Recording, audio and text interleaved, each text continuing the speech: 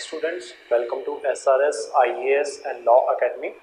तो आज जो हमारी क्लास होगी पॉल्यूशन की, वो लास्ट क्लास होगी, ठीक है। मतलब जो हमारा पॉल्यूशन जो टॉपिक है वो आज कवर कर देंगे हम सारा। तो जो मेन पॉल्यूशन है, ठीक है, वो ऑलरेडी हम कवर कर चुके हैं। इसके अलावा कल ना मुझे मतलब कुछ लोगों के मैसेजेस आए थे, स्पेसिफिकली जो ADA की प्रिपरेशन कर रहे हैं। तो उनकी क्वेरी ये थी कि मतलब वो ये जानना चाह रहे थे कि क्या हम सिर्फ जो पार्ट 2 है इसका ADA का, उसकी प्रिपरेशन करवाते हैं। तो हम उसकी मतलब सिर्फ अगर आपको पार्ट 2 भी कवर करना हो ना, जिसमें GK और ये आ रहा है आपका रीजनिंग वाला पार्ट है, तो हम उसकी प्रिपरेशन भी करवाते हैं, ठीक है। मतलब सेपरेटली अगर आपको सिर्फ उसका असेस चाहिए हो तो वो भी आप ले सकते हो। तो कल की जो क्लास थी, ठीक है, उसके नोट्स जो थे वो मैंने आपको ऑलरेडी सेंड कर दिए थे। और कल हमने कवर किया था वाटर पॉल्यूशन, और कल हमने जो हमारी नंबर सीरीज़ थी वो भी कंप्लीट कर ली थी। तो अब जो संडे को जो टेस्ट होगा ना, मतलब हाँ, जो संडे को टेस्ट होगा वो होगा सिर्फ नंबर सीरीज़ पे, ठीक है। उसमें 85 क्वेश्चंस आएंगे, तो वो आपको करने हैं, ठीक है। और उसके बाद मंडे को आपका सैटरडे और संडे को आप ये अपना सारा रिवाइज करके ना पॉल्यूशन, तो मंडे को इसका टेस्ट दे देना, ठीक है। तो आज का जो हमारा फर्स्ट टॉपिक है, कल हमने कवर कर दिया था वाटर पॉल्यूशन तक। आज का जो हमारा टॉपिक है वो लिखो लैंड पॉल्यूशन। लैंड पॉल्यूशन, इसके जो मतलब जो बीच में मेन जो अब जो वो आएंगे ना, इसमें फिगर्स वगैरह आएंगी, फिगर्स नहीं मतलब डेफिनेशंस वगैरह आएंगी, वो मैं ऑलरेडी कवर करवा चुका हूँ, ठीक है। जैसे लैंड में आएगा वो सीपेज ऑफ वाटर, ठीक है। मतलब जब हम बाकी वो जो कवर कर रहे थे, बाकी पॉल्यूशंस कवर कर रहे थे, जैसे हम वाटर पॉल्यूशन कवर कर रहे थे, तो मैंने आपको वो सीपेज ऑफ वाटर का कंसेप्ट समझा दिया था, ठीक है। तो आज की जो इतनी हमारी क्लास होगी ना, वो इतनी लंबी नहीं होगी। और आज की क्लास में मतलब जितने भी वर्ड्स होंगे वो ऑलमोस्ट आपको सब कुछ समझ में आएगी क्लास आज अच्छे से, ठीक है। क्योंकि ऑलरेडी आपने जो पिछली क्लासेस हैं उसमें वो जो कंसेप्ट्स हैं वो किए हुए हैं, ठीक है। तो लैंड पॉल्यूशन की डेफिनेशन लिखो। The degradation of land, the degradation of land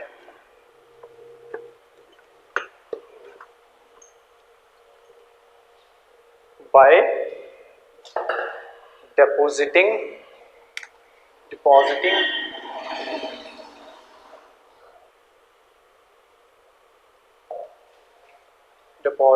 solid or liquid waste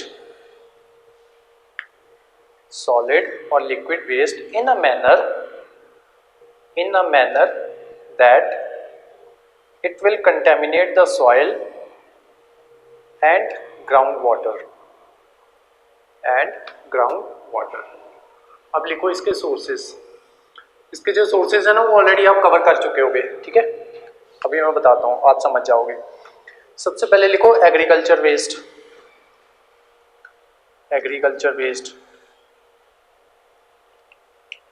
इसमें लिखो पेस्टिसाइड्स, हर्बिसाइड्स, इंसेक्टिसाइड्स, ठीक है। तीनों चीज़ें मैंने आपको करवा दी हैं कि पेस्टिसाइड्स पेस्ट को कंट्रोल करने के लिए होते हैं, और इंसेक्टिसाइड्स जो होते हैं इंसेक्ट्स को कंट्रोल करने के लिए, और जो हर्बिसाइड्स होते हैं वो हर्ब्स को या फिर वीड्स को, ठीक है, उनकी ग्रोथ के अगेंस्ट होते हैं।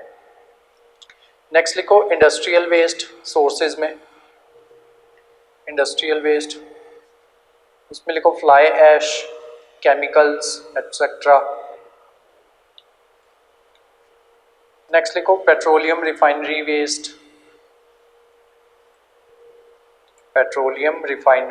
वेस्ट, नेक्स्ट लिखो हाउसहोल्ड वेस्ट।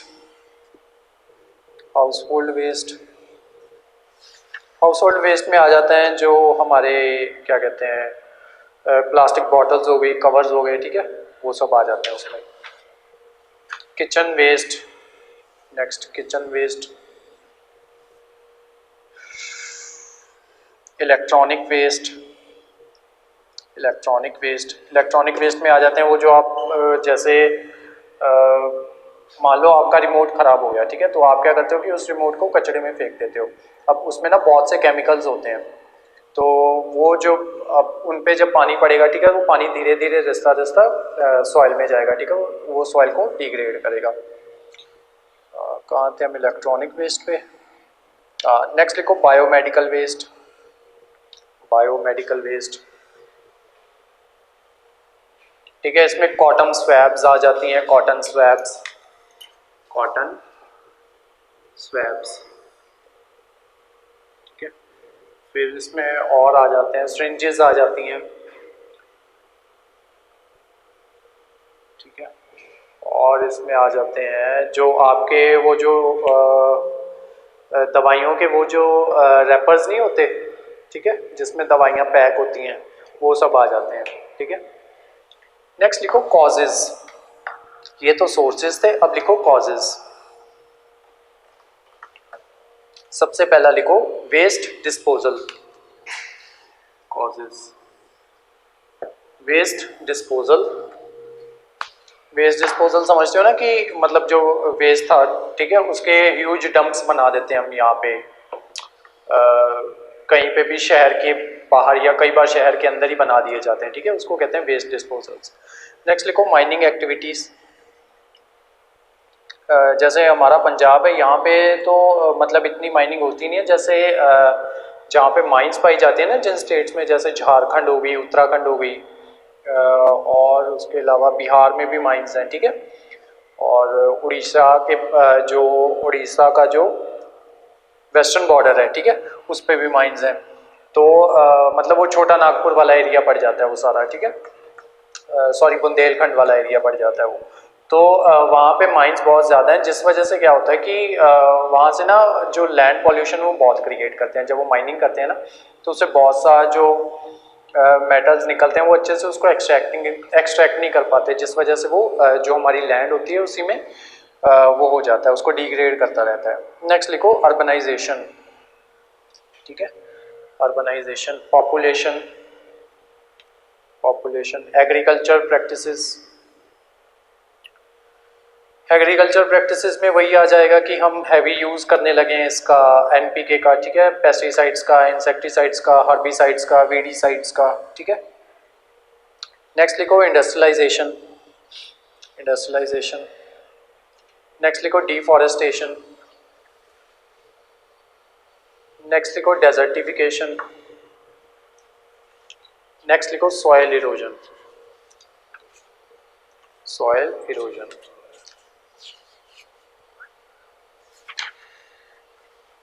नेक्स्ट लिखो इसके कंट्रोल मेजर्स, कंट्रोल मेजर्स। इसमें ना कुछ कुछ वो आएंगे, जैसे अभी मैं करवाऊंगा, अभी आपको कंपोस्टिंग क्या होती है, वर्मिंग कंपोस्टिंग क्या होती है, ठीक है, विंडरो कंपोस्टिंग क्या होती है। इनकी ना ये जो टर्म्स होती हैं कुछ ये इंपॉर्टेंट होती हैं, इनकी ना डेफिनेशन पूछ ली जाती है, मतलब बेसिकली डेफिनेशन आपसे क्वेश्चन में पूछी जाती है। 4 ऑप्शंस दे दिए जाते हैं, तो वो पूछते हैं कि ये जो ऊपर हमने फिनोमेना डिस्क्राइब किया ये क्या चीज़ है, ठीक है। अभी बताता हूँ किस तरीके से सवाल आता है। कंट्रोल मेजर्स में लिखो सबसे पहले लैंडफिल्स, लैंडफिल्स। इसमें क्या किया जाता है, लैंडफिल में एक बड़ा सा ना गड्ढा खोद दिया जाता है और उसमें जो सारा मटेरियल है वो फेंक दिया जाता है, ठीक है। हालांकि ये एक वाइबल ऑप्शन नहीं है, मतलब जहाँ पे भी लैंडफिल आप मतलब जहाँ पे भी गड्ढा खोदोगे तो क्या कहते हैं, जो उसके आसपास की ज़मीन है वो तो बर्बाद होगी ना।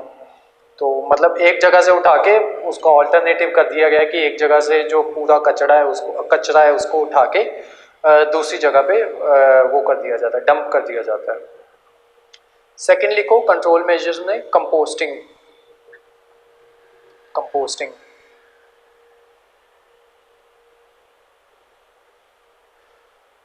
इसमें लिखो it is an aerobic microbial process, aerobic microbial process used to break down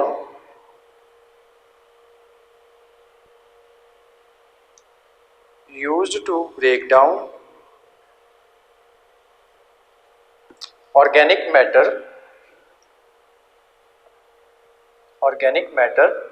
into manure,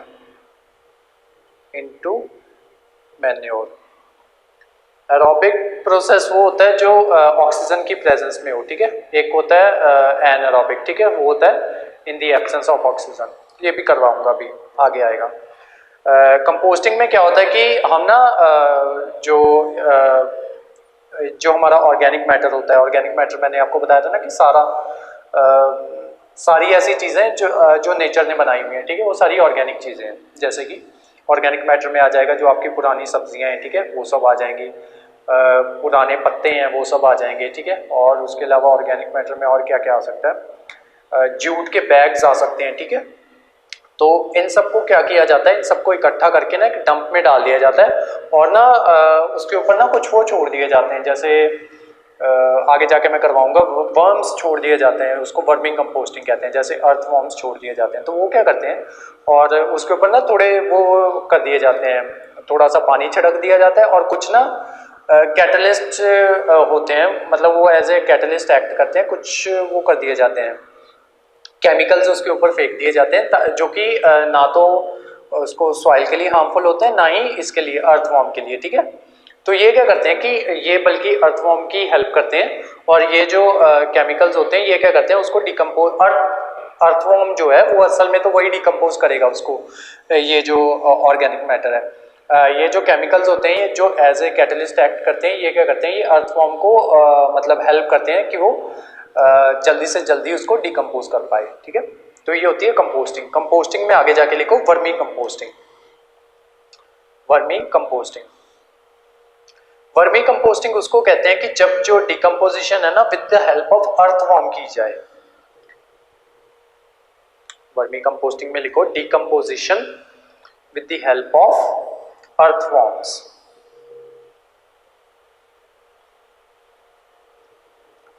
second लिखो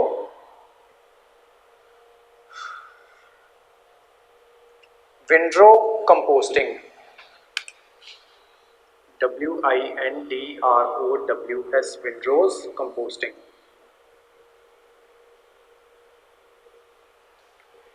ये कंपोस्टिंग ऐसे होती है कि यहाँ पे ना कंपोस्ट इस फॉर्म ने, मतलब वो जो डिग किया जाता है ना, वो एक ट्रेपीजियम फॉर्म में किया जाता है, ये ट्रेपीजियम फॉर्म होती है, ठीक है। इसमें लिखो solid waste is placed in a long flat rows of trapezium cross section, trapezoidal cross section।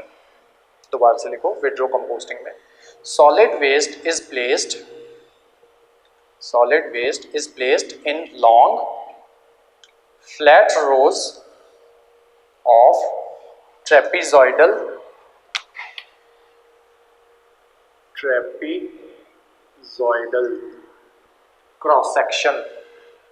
cross section, worming composting पे स्टार मार्क करो। थर्ड लिखो कंट्रोल मेजर में इंसिनरेशन, इस पे भी स्टार मार्क करो। इंसिनरेशन,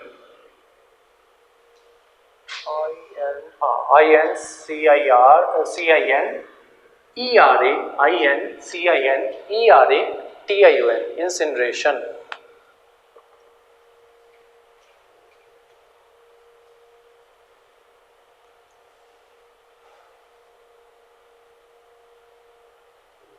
इसमें लिखो कंबस्शन ऑफ ऑर्गेनिक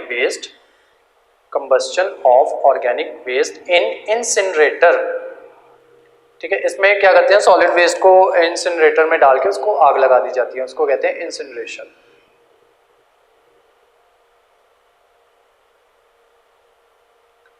चौथा लिखो स्टार मार्क करके बैक्टीरियल डिकम्पोजिशन,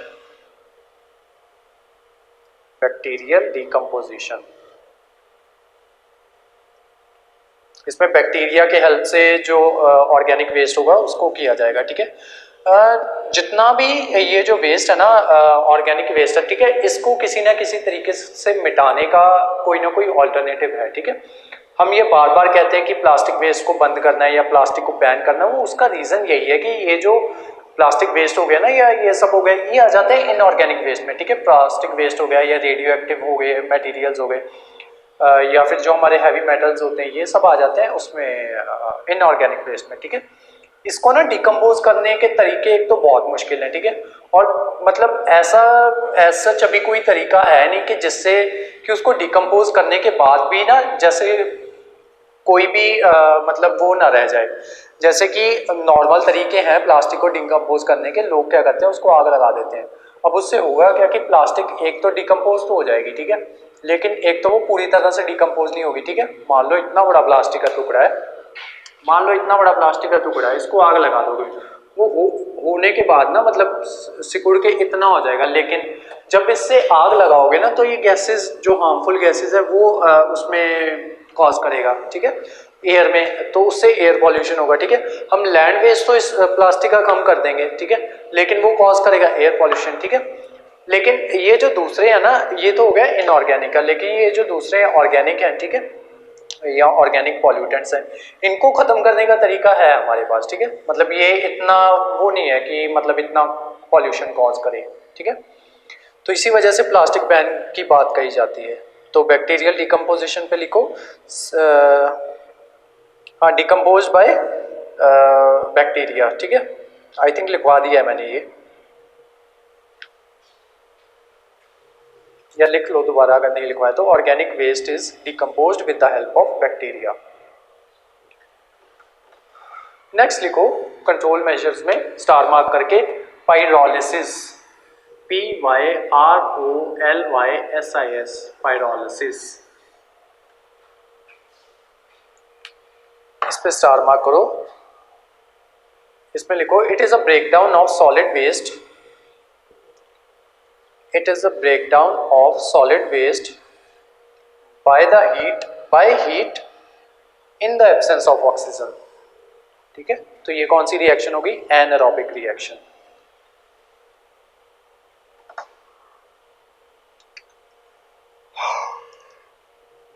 नेक्स्ट लिखो कंट्रोल मेजर्स में रीसाइक्लिंग, और उससे नेक्स्ट लिखो रीयूज, ठीक है। मतलब वो जो मैटर है उसको रिसाइकल या रीयूज कर लो।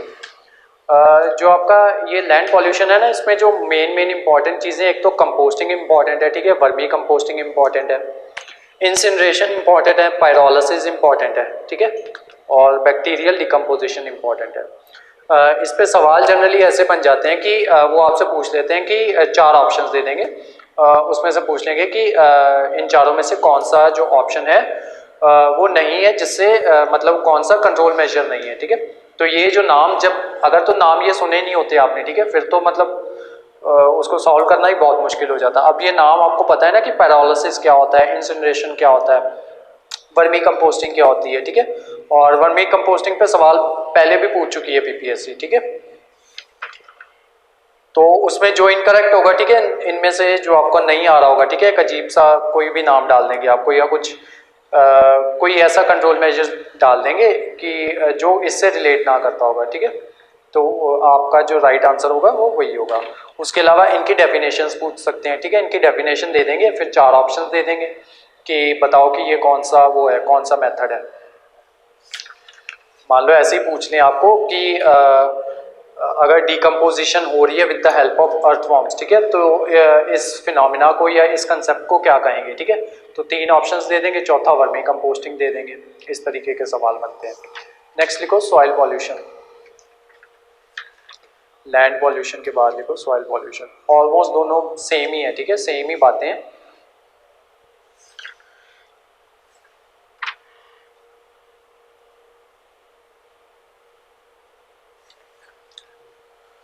सोर्सेज लिखो सॉइल पॉल्यूशन के। नेचुरल पॉल्यूटेंट्स, सबसे पहले नेचुरल पॉल्यूटेंट्स, उसमें लिखो प्लांट रेजिड्यू, फिर लिखो animal waste, plant residue, animal waste, ये थे नेचुरल पॉल्यूटेंट्स। अब लिखो मैन मेड पॉल्यूटेंट्स, उसमें लिखो एग्रोकेमिकल्स वही हो जाते हैं जो मतलब वो केमिकल्स जो एग्रीकल्चर में यूज होते हैं, जैसे एनपीके हो गया, अमोनिया हो गया, यूरिया हो गया, एक ही बात है तीनों। उसके अलावा पेस्टिसाइड्स, वीडीसाइड्स, ठीक है, ये सब ये आ जाते हैं एग्रोकेमिकल्स में। अब एग्रोकेमिकल्स में क्या क्या आते हैं वो लिख लो। पेस्टिसाइड्स, वीडिसाइड्स, डिटर्जेंट्स,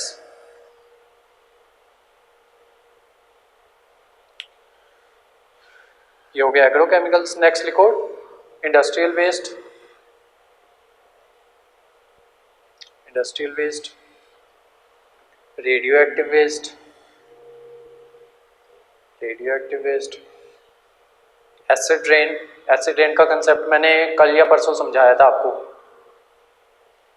और मैंने ये भी बताया था कि वो कैसे सॉइल पॉल्यूशन कॉज करता है। ठीक है, एसिड रेन बेसिकली क्या होता है कि वो रेन होती है जिसमें वो होता है, मतलब एसिडिक रेन होती है वो। ठीक है, तो वो जब सॉइल में जाती है तो जो हमारी सॉइल है उसकी वो बढ़ा देती है, वो सॉइल को ज़्यादा एसिडिक कर देती है। ठीक है, नेक्स्ट लिखो seepage from landfills, seepage from landfills.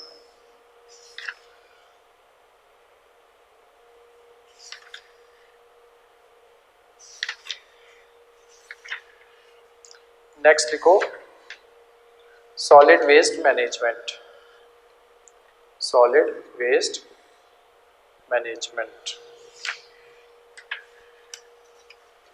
Solid waste management असल में क्या है कि जो मैंने आपको लेक्चर के स्टार्टिंग में बताया था ना कि जो हम क्या करते हैं कि हम वो कर लेते हैं, जितना भी हमारे घर में सॉलिड वेस्ट होता है ना, सॉलिड वेस्ट में सब कुछ आ जाता है, इलेक्ट्रॉनिक वेस्ट भी आ जाता है। ठीक है, बायोमेडिकल वेस्ट भी आ जाता है।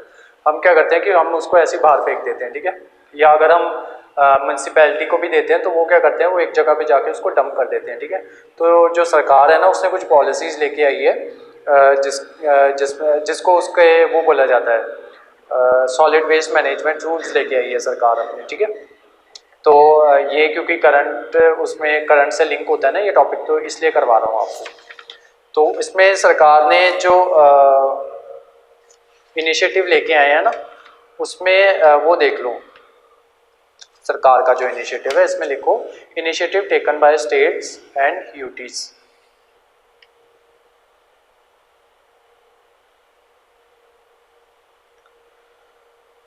सबसे पहले लिखो door to door collection, door to door collection, waste segregation, waste segregation and transport in covered vehicle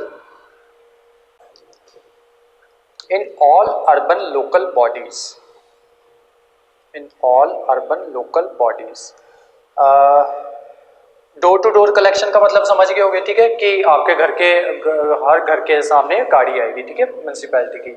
segregation, waste segregation का मतलब ये होता है कि जैसे जो हमारा घर है ना, हम एक साथ वेस्ट वो डाल देते हैं। ठीक है, तो एक इन्होंने इनिशिएटिव लेके आया कि वो ना आपको 2 बकेट्स दे देंगे। ठीक है, एक में बोलेंगे कि वो वेस्ट डालो कि जो ऑर्गेनिक वेस्ट है। ठीक है, ऑर्गेनिक ORGANIC ऑर्गेनिक वेस्ट। ठीक है, दूसरे में inorganic waste, inorganic.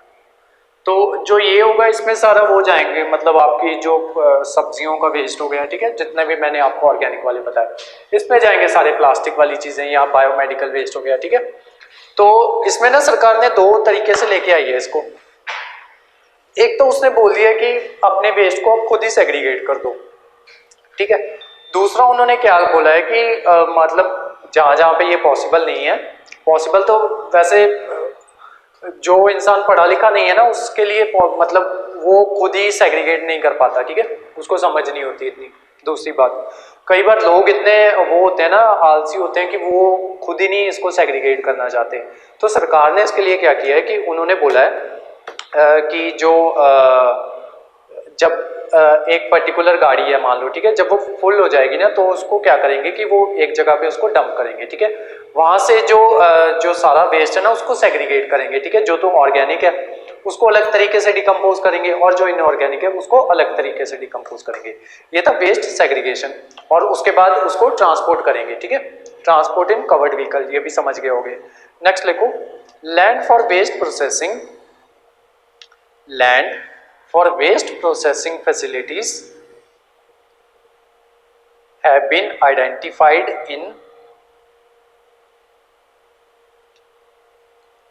various urban local bodies, various urban local bodies, ठीक है, कि जहाँ पे वेस्ट को प्रोसेस किया जा सके, ठीक है। प्रोसेस करने का मतलब वही है कि वेस्ट को सेग्रीगेट करके, और जो तो है हमारा ऑर्गेनिक वेस्ट उसको अलग तरीके से डिकम्पोज करना, और जो इनऑर्गेनिक है उसको अलग तरीके से डिकम्पोज करना, ठीक है। तो ऐसी जो फैसिलिटीज हैं, ठीक है, उसको अलग अलग जगह पे इस्टेब्लिश किया जा रहा है, ठीक है। तो ये थे initiative taken by states and UTs, ठीक है। अब इसमें चैलेंजेस क्या क्या हैं, चैलेंजेस इन ये सॉलिड वेस्ट मैनेजमेंट। सबसे पहले देखो, lack of awareness regarding segregation of waste. Second लिखो, lack of infrastructure for collection and transportation. Next लिखो, लैक ऑफ अवेलेबिलिटी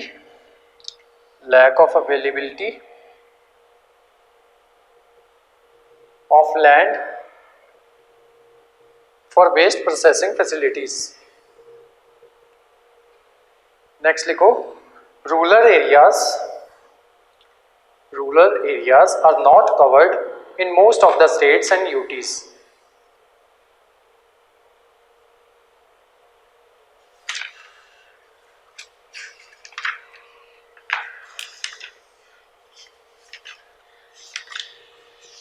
नेक्स्ट लिखो, plastic waste.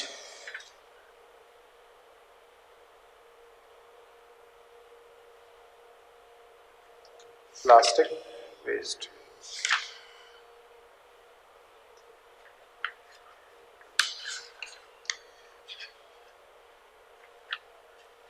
Plastic pollution,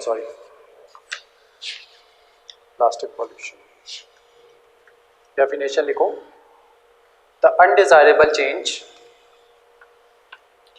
undesirable change in the environment caused by plastic is known as plastic pollution.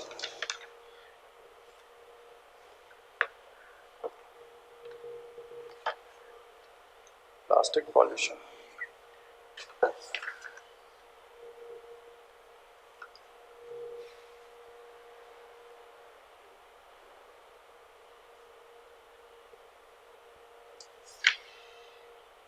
Control measures लिखो, ठीक है। Sources तो आपको पता ही होंगे, ठीक है। सोर्सेज जितने मर्जी सोर्सेज इसमें लिखते जाओ, ठीक है। बैंगल्स होगी, प्लास्टिक की बैंगल्स होगी, प्लास्टिक के पेन्स हो गए, ठीक है, प्लास्टिक के कप्स हो गए, ठीक है, वो सारे इसके सोर्सेज हैं, ठीक है। कंट्रोल मेजर्स लिखो,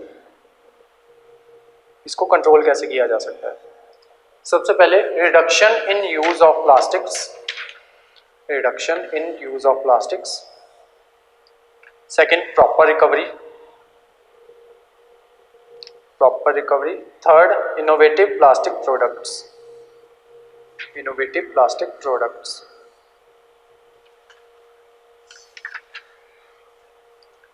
लास्ट लिखो, environment waste, electronic waste. Last नहीं, सेकंड लास्ट, बायोमेडिकल वेस्ट भी पढ़ा है। सेकंड लास्ट लिखो, इलेक्ट्रॉनिक वेस्ट।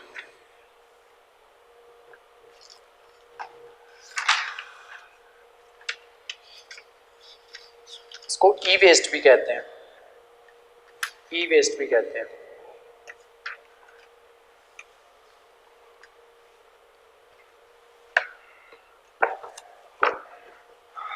अब स्टार मार्क करके लिखो जो इंपॉर्टेंट है। इलेक्ट्रॉनिक वेस्ट की ना कैटेगरीज में डिवाइड किया गया है इलेक्ट्रॉनिक वेस्ट को, ठीक है। लिखो 3 categories of electronic waste. E waste लिख लो, 3 कैटेगरीज ऑफ ई वेस्ट। सबसे पहले लिखो वाइट गुड्स। इसमें लिखो अप्लायंसेस लाइक एयर कंडीशनर्स,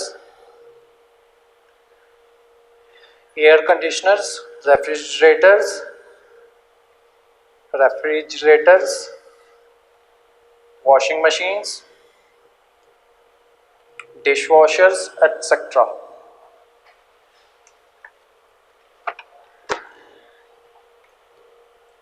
ये आ जाते हैं वाइट गुड्स में। नेक्स्ट लिखो ब्राउन गुड्स। ब्राउन गुड्स इसमें लिखो television, cameras etcetera.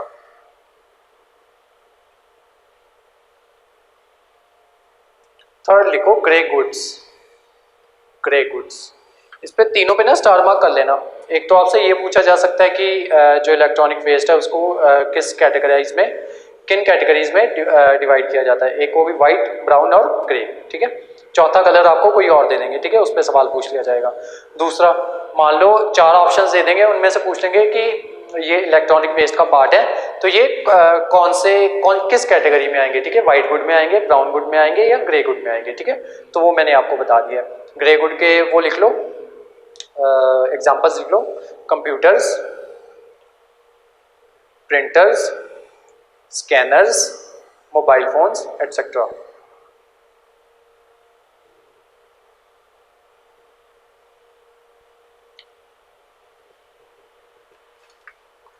Electronic waste की इलेक्ट्रॉनिक पॉल्यूशन की ना हमने डेफिनेशन नहीं लिखी थी, वो लिख लो। Pollution occurred due to electronic waste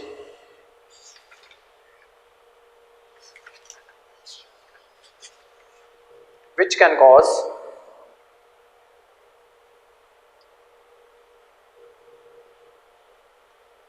harmful effect to human life when dumped into the environment.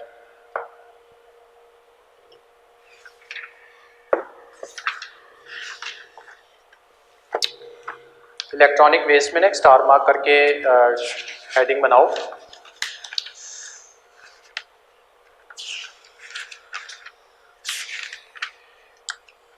PRO producer EPR extended producer responsibility. Extended producer responsibility ये असल में कॉन्सेप्ट अभी रिसेंटली आया है 2016 के बाद, ठीक है। इसमें क्या होता है कि जो सरकार है ना उसने बोला है कि ये जो बड़ी बड़ी कंपनीज हैं, ठीक है, जैसे डेल हो गई या ये सब हो गई, सैमसंग हो गई, ये क्या करते हैं कि ये प्रोडक्ट अपना बना लेते हैं, ठीक है। मान लो इन्होंने एक प्रोडक्ट बनाया, मान लो सैमसंग की कंपनी ने मोबाइल फ़ोन बनाया सैमसंग का, ठीक है। इन्होंने बना के ना उस फ़ोन को बेच दिया, ठीक है। अब उसके बाद ना पहले क्या होता था कि इनकी ना कोई रिस्पॉन्सिबिलिटी नहीं रहती थी, हालांकि अब भी नहीं है। तो इन्होंने बनाया, बेच दिया, ठीक है। और जब वो फ़ोन क्या कहते हैं ख़राब हो गया ना, तो जो मान लो आपने वो फ़ोन ख़रीदा तो वो फ़ोन ख़राब हो गया, ठीक है। आपने क्या किया, आपने नया फ़ोन ख़रीदा और जो पुराना था ना उसको ऐसे डंप में फेंक दिया, ठीक है। तो जिस वजह से क्या हुआ कि अब जब वो फ़ोन है वो हमारे इन्वायरमेंट में पॉल्यूशन कॉज करेगा। तो इन्होंने ना ये बनाया था अभी प्रोड्यूसर रिस्पॉन्सिबिलिटी, कौन सी थी,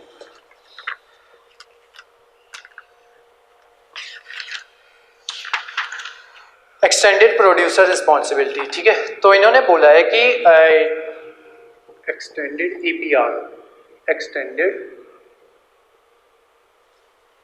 प्रोड्यूसर, इस पे स्टार मार्क कर लो, रिस्पॉन्सिबिलिटी।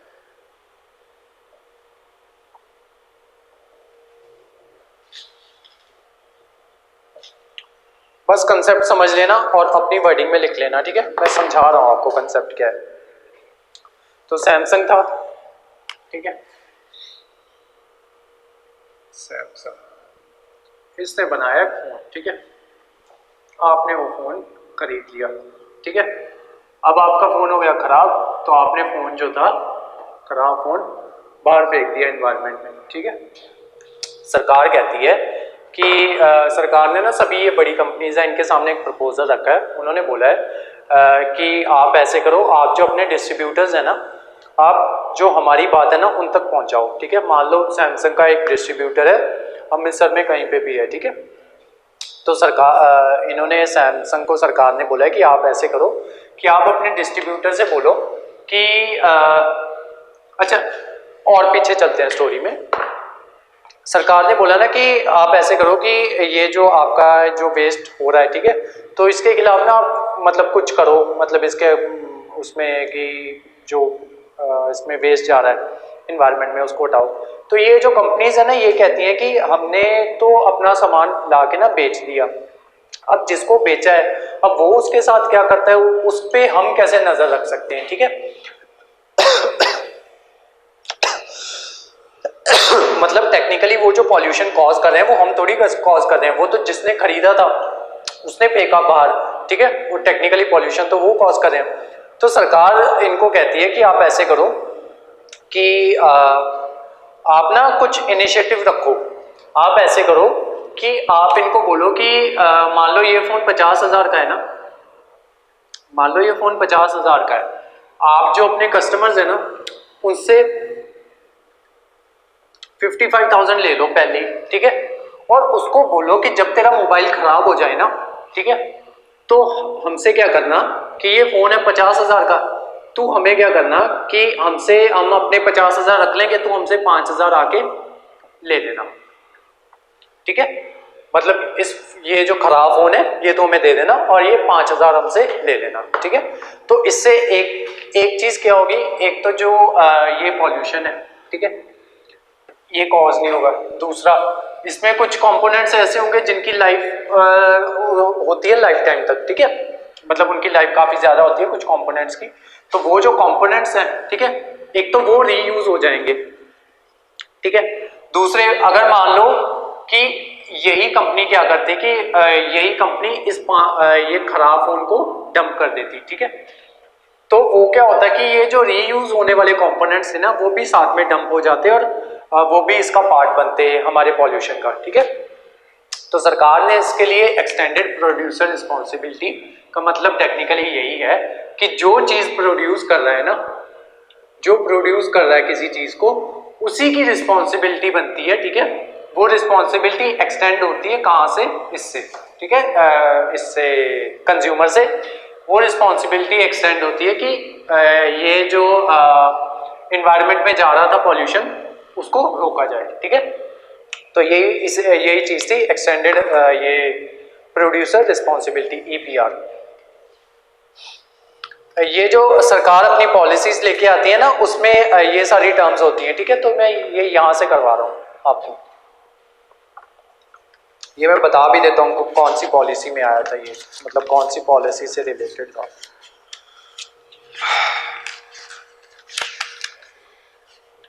ई वेस्ट मैनेजमेंट रूल्स आए थे 2018 में, ठीक है, उससे रिलेटेड था ये। उसमें 2018 के रूल्स में अमेंडमेंट हुई थी, ठीक है, उससे रिलेटेड था ये। तो ये हो गया। नेक्स्ट चलो biomedical waste.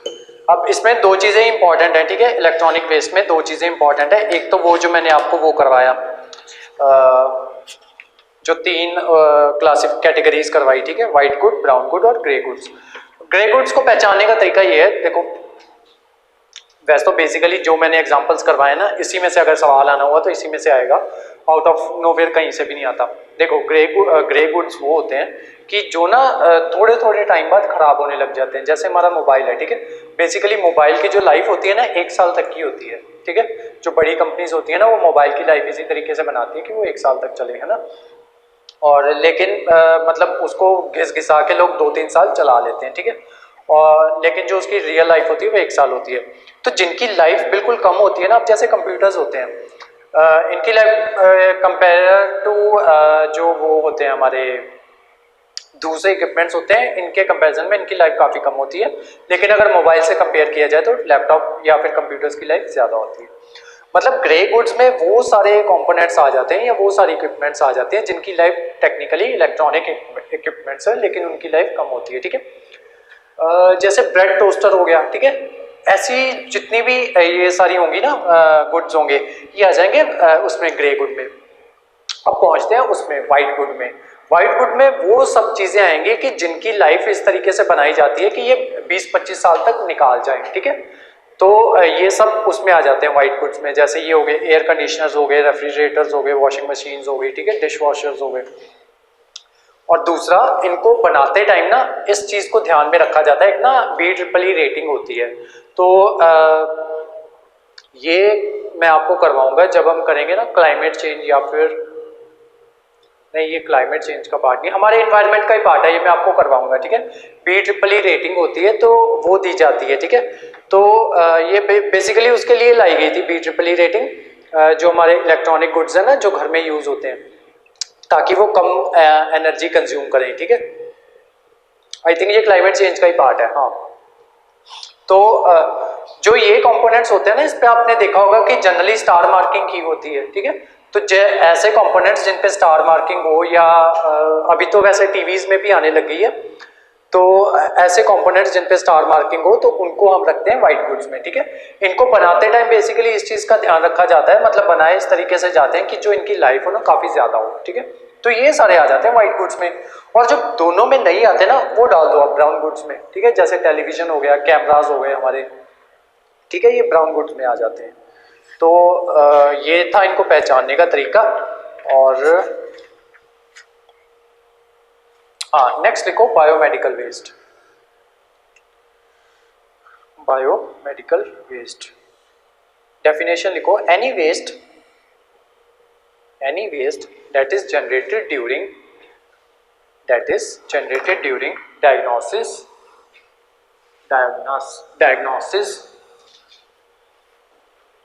treatment or immunization of human beings,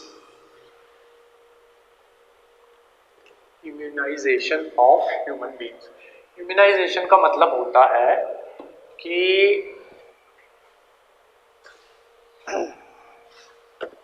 वो लगाना, कोविड की डोज लगवाई थी ना आप सबने, तो जब डोज लगवाने गए थे तो डॉक्टर्स क्या कर रहे थे कि हर डोज के बाद अपना इंजेक्शन चेंज कर देते ना, तो वो अब देख लो कि एक दिन में कितनी डोज लगी होगी, ठीक है, और रोज का कितना बायोमेडिकल वेस्ट क्रिएट हो रहा होगा, ठीक है। तो वो उसमें इम्यूनाइजेशन में आ जाता है। अच्छा, हम यहाँ थे, biomedical waste is defined as any waste that is generated during diagnosis, treatment or immunization of human beings or animals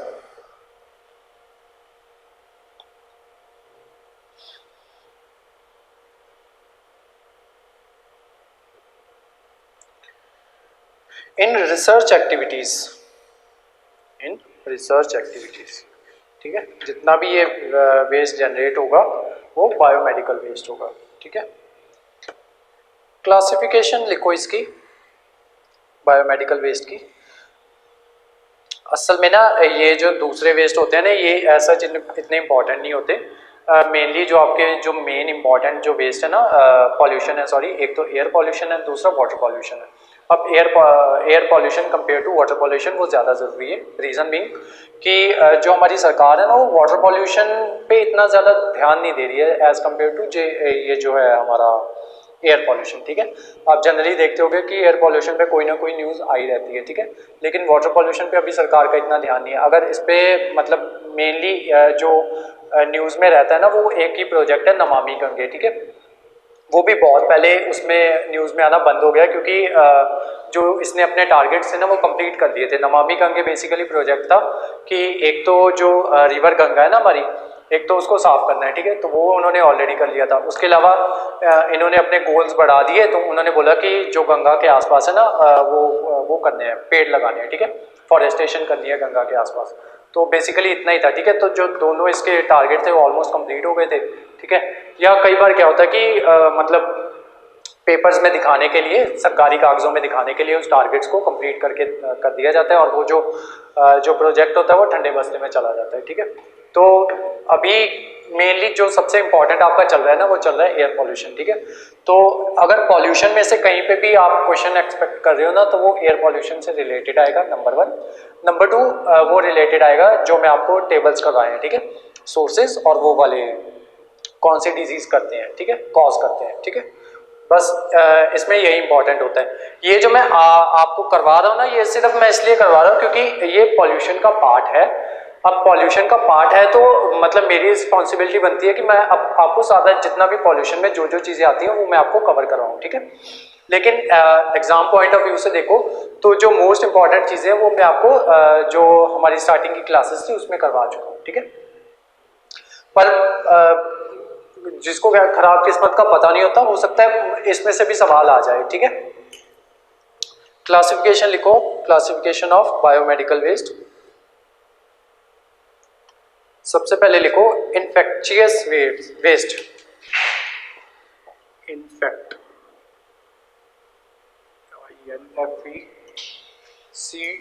INFECTIOUS, infectious waste. Next लिखो पैथोलॉजिकल वेस्ट। इन्फेक्शियस वेस्ट वो होता है generated from surgeries, biopsies, ऑटोप्सीज।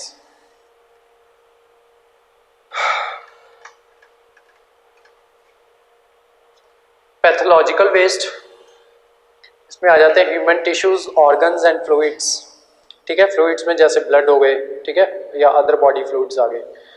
Next लिखो radioactive waste.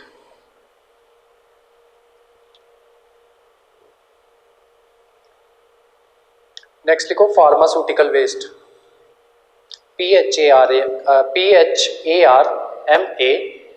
Pharmaceutical, CEUTICAL, pharmaceutical waste. इसमें आ जाती है expired और कंटेमिनेटेड मेडिसिन। जीनोटॉक्सिक वेस्ट, इसमें आ जाता है जीनोटॉक्सिक केमिकल्स, ठीक है। नेक्स्ट लिखो chemical waste, chemical waste. Next लिखो waste with high content of heavy metal, waste with high content of heavy metal. इसमें आ जाती हैं बैटरीज और broken thermometers.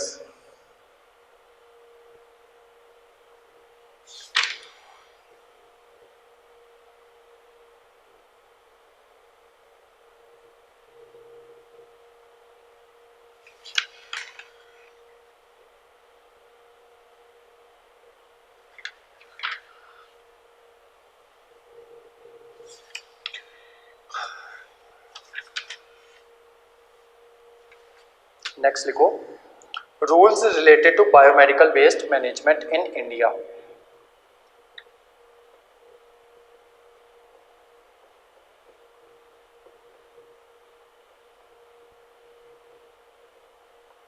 Rules related to biomedical waste management in India, bracket में लिख लेना 1998।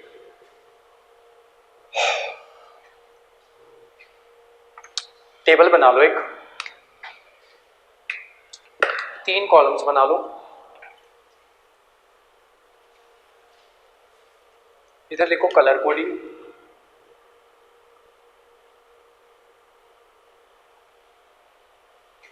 इधर लिखो type of container,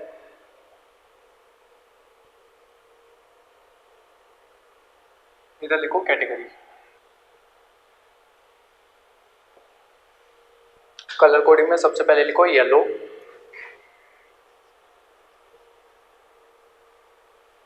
type of container में लिखो प्लास्टिक बैग, कैटेगरी में लिखो कैटेगरी 1, ऐसे लिख लेना CAT, category 2, category 3 and category 8। Next लिखो कलर कोडिंग में रेड, रेड। कंटेनर में लिखो डिसइंफेक्टेड कंटेनर और प्लास्टिक बैग, डिसइंफेक्टेड कंटेनर और प्लास्टिक बैग। कैटेगरी में लिखो कैटेगरी 3, कैटेगरी 6, कैटेगरी 7। नेक्स्ट लिखो ब्लू और translucent white, translucent white. Translucent समझते हो क्या चीज होती है? छोटी क्लासेस में पढ़ा होगा। एक होता है ट्रांसपेरेंट, एक होता है ट्रांसलूसेंट, एक होता है ओपेक। ट्रांसपेरेंट वो चीज होती है जिसके आर पार हम बिल्कुल क्लियरली देख सकते हैं, ठीक है। ट्रांसलूसेंट वो होता है कि जिसके आर पार हम देख तो सकते हैं लेकिन उतना क्लियरली नहीं देख पाते। ओपेक होता है जिसके आर पार नहीं देख सकते, ठीक है। जो छोटी क्लासेस थी उसमें आपने इस तरीके से किया होगा कि कि ट्रांसपेरेंट के जो ट्रांसपेरेंट ऑब्जेक्ट्स होते हैं उसके लाइट जो होती है आर पार चली जाती है, ठीक है। और पेक जो होते हैं उसके बिल्कुल आर पार लाइट नहीं जा पाती, वो रिफ्लेक्ट कर देते हैं, ठीक है, या अब्जॉर्ब कर देते हैं या रिफ्लेक्ट कर देते हैं, ठीक है। जो ट्रांसलूसेंट होते हैं उसमें जो लाइट है वो कम पास होती है, ठीक है। अच्छा, ट्रांसलूसेंट वाइट, इसमें लिखो टाइप ऑफ कंटेनर में प्लास्टिक बैग और puncture proof bag, PUNCTURE, puncture proof bag. Category में लिखो category 7 and category 4 and category 7। Last लिखो ब्लैक, कलर कोडिंग में ब्लैक। टाइप ऑफ कंटेनर में लिखो प्लास्टिक बैग। कैटेगरी में लिखो कैटेगरी 5, कैटेगरी 9 एंड कैटेगरी 10।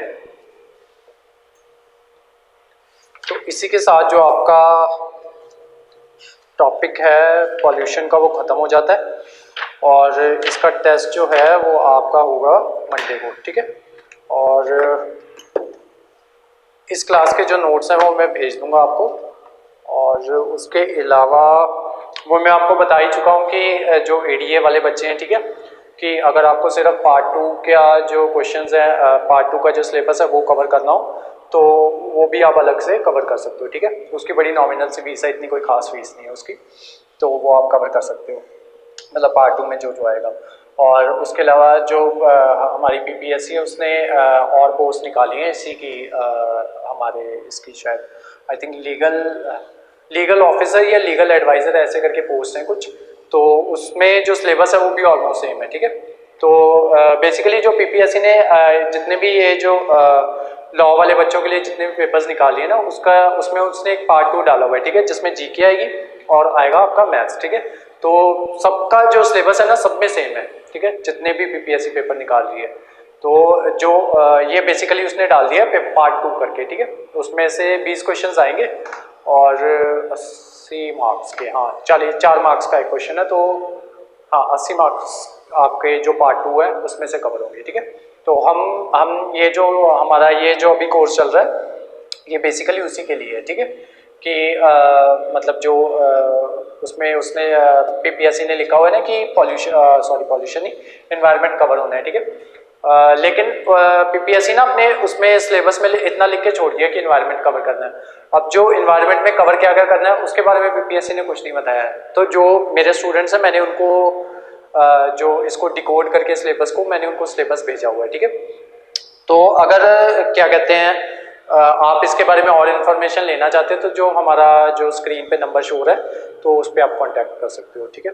तो आज की जो क्लास थी वो यहीं तक थी, थैंक यू सो मच। और उसके अलावा